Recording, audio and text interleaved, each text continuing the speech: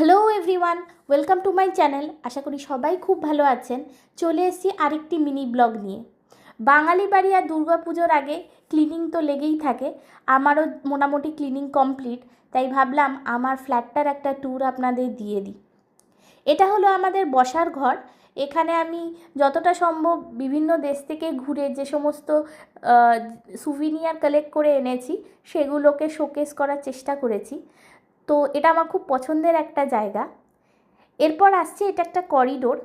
So করিডোরটা যাতে West না হয় সেই জন্য চেষ্টা করে আমি অনেক কিছুই এখানে দেওয়ালে শোকেস করার চেষ্টা করেছি। এরপরে এই যে জায়গাটা দেখছেন, এখানে এটা হচ্ছে আমার ঠাকুর রাখার জায়গা।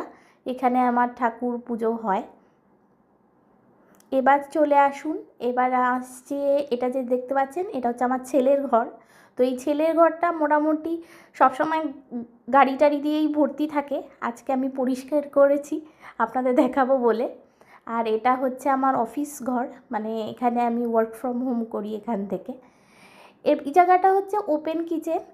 আমি একটা নিজের পছন্দ মতো, আমার কিচেনটা খুব পছন্দের একটা জায়গা। সো এইটাকে আমি নিজের আইডিয়া দিয়ে ইন্টেরিয়ার করিয়েছি। তো এই হলো। এরপরে আসছে আমার বাথরুম।